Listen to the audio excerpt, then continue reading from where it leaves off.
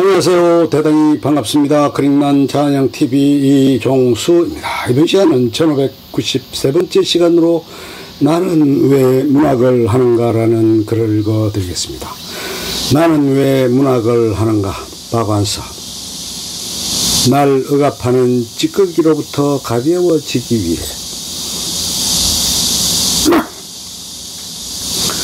또 6월이다. 올여름을 어떻게 나나 해마다 이맘때가 되면 여름을 난리를 미리 걱정하면서 지겨워하게 된다. 내 기억은 50여 년 전에 못 박혀있다 마음의 못자국을 몸이 옮겨 받아 같이 신한 고난 앓고 앓는 건 나의 피할 수 없는 계절병이다.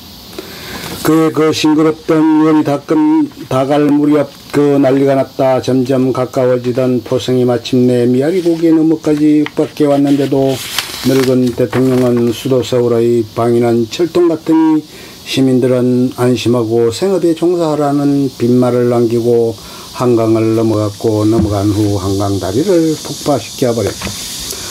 우리는 그것도 모르고 생전 처음 들어보는 대포 소리가 무서워서 그 더운 여름날 손미부를 잔뜩 뒤집어 쓰고 늙은 대통령이 남기고 간 떨리는 목소리를 무슨 생명줄처럼 악착같이 매달렸다. 그 후 석 달 동안 남아있던 시민들은 살아남기 위해 온갖 고초를 다 겪었다. 숨어 살고 싶어도 누군가가 먹여주지 않으면 목숨을 부지할 수 없다는 건 자명한 이치.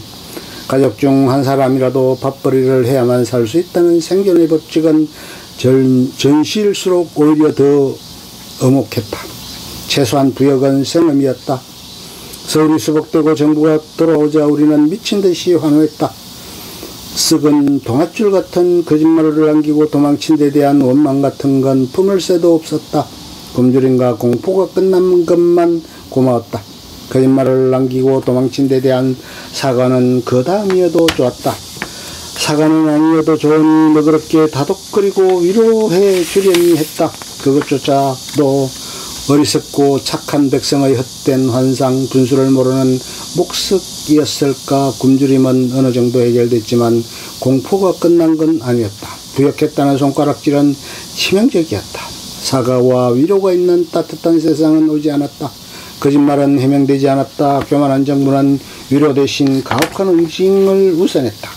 심지어는 백성을 내팽개치고 도망친 것까지도 잘못이 아니라 큰 공으로 둔갑했다. 고이천끼리도 도광판이 잔류판이 편을 갈라 도광포가 더 어시되는 꼴을 보아야 했으니까.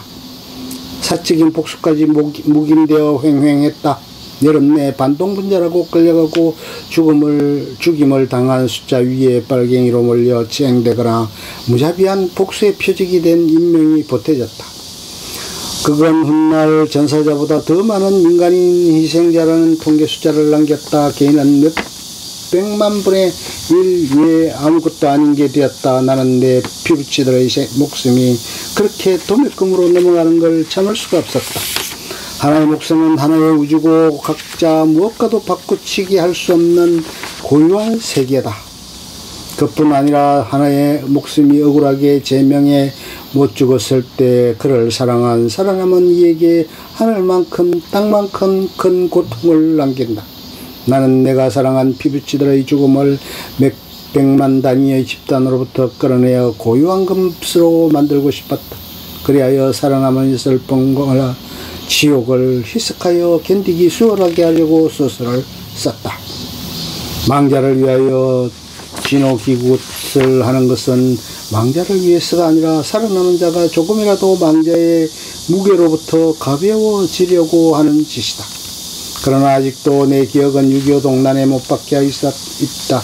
못이 녹슬고 썩고 삭아서 흙이 되고도 남을 세월이 지났건만 못자국의 통증은 자주 도진다. 6.25는 내 기억의 원점이다. 나는 지금도 그때의 고통이 도져서 혼자 신음하며 울 적이 있다. 4.19 때 온몸이 폭발할 것처럼 기뻤던 것도 거짓말을 한 대통령을 용서 못하는 마음 때문이었을 것이다. 그러나 세상은 달라지지 않았다. 세상에 대해서 말할 때 늘 이놈의 세상이라는 폭언을 일삼았고 이놈의 세상이 언제나 바뀌나 변화를 갈망해왔다. 그런 성향 때문에 스스로를 진보의 편에 서 있다고 자부했고 한 번 진 기획권은 죽도록 놓지 않고 누리려는 이들을 보수라고 역겨워했다. 지금 나는 그렇게 역겨워하던 보수 편에 서 있는 것 같다. 진보를 외치던 사람들이 권력을 잡았건만 세상은 아직도 달라져야 할 이놈의 세상으로 보인다고 말했더니 남들이 나를 보수 취급했다. 나는 내가 누구인지 잘 모르겠다. 세상을 두 패로 갈라 내가 어느 편에 속하는지 확실하게 해두지 않으면 불안한 것도 6.25의 후유증일 듯 싶다. 내가 발붙여온 한결같은 입장이 있었다면 그건 반체제가 아니었을까. 아마도 영원한 반체제 기질 때문에 소설을 쓰지 않을 수 없었을 것이다. 내가 가장 싫어하는 건 정치가 아니다. 정치가 싫으니까 정치적인 사람도 혐오스럽다. 자신의 이익을 위해서 어떤 거짓말도 할 수 있는 사람을 정치적인 사람이라고 생각하니까 내가 가장 싫어하는 건 아마 정치가보다는 거짓말쟁이가 더 맞을 것이다. 그럼에도 불구하고 나는 매일매일 어떻게 하면 그럴듯한 거짓말을 할 수 있을까. 그 궁리밖에 할 게 없는 소설가이니 내 처지가 딱하지 않을 수 없다. 소설은 허가받은 거짓말이니까 아무리 거짓말을 해도 법에 걸리지는 않겠지만 사람 사는 세상에 왜 예로부터 허가받은 거짓말이 있어 왔을까 생각할수록 내 아둔한 머리로는 여간 고민스럽지가 않다. 어떻게 하면 정직할 수 있을까. 그 생각만 하면 거짓말을 꾸며대고 그 생각만 하면서 거짓말을 꾸며대고 있다면 누가 믿을까. 나보다 먼저 저 세상에 간 남편은 내가 원고가 잘 안 써져서 지치고 불행한 얼굴을 하고 있으면 아이들한테 쉿 너희 엄마 건들지 말아라 아마 거짓말이 바닥이 났나 보다고 놀려대곤 했었다. 그는 거짓말이 바닥난 마누라를 이마에 뿔난 마누라보다 더 무서운 척했다. 그래도 그의 그런 놀림 때문에 악마에 쫓기는 것 같은 조직감에서 놓여나 숨을 돌리면서 이 노릇이 그렇게 대단한가 자신을 돌이켜볼 여유를 가질 수 있었다. 이 노릇이 힘이 많이 드는 일이다. 점점 힘에 부친다는 걸 느끼기 때문에 작은 일이라도 시작하려면 먼저 내 몸하고 의논을 해야 한다. 하다못해 짧은 여행을 떠나려도 그 전에 내 몸의 눈치부터 봐야 하는 주제에 대작이라도 구상하고 있는 것처럼 말한다면 아마 저승사자가 다 웃을 것이다. 슬슬 무기력하고 헐렁하게 살고 싶어서 몇 년 전 서울을 벗어났다. 작은 동산에 안긴 동네라 아무 때나 산에 갈 수 있어서 좋다. 동산이라기보다는 걷기라고 해야 할 정도로 등산이라기보다는 걷기라고 해야 할 정도로 부담없이 오를 수 있는 야트막한 산인데도 산은 오르기보다 내려오기가 더 힘들다는 걸 요즘 자주 느끼게 된다. 발목을 삐거나 돌부리에 걸려 위청거리는 것은 오르막길에서가 아니라 내리막길에서다. 무릎이 안 좋다는 걸 느끼게 되는 것도 오를 때가 아니라 내려올 때이다. 내려올 때 후들거리거나 미끄러지지 않고 어젓하고 품위있게 걸어 내려오려면 올라갈 때 힘을 다 써버리면 안 된다. 내려올 때도 내려올 힘도 남겨놓아야 한다는 게 바로 하산의 요령이다. 그래서 언제나 마음 내킬 때 혼자서 간다.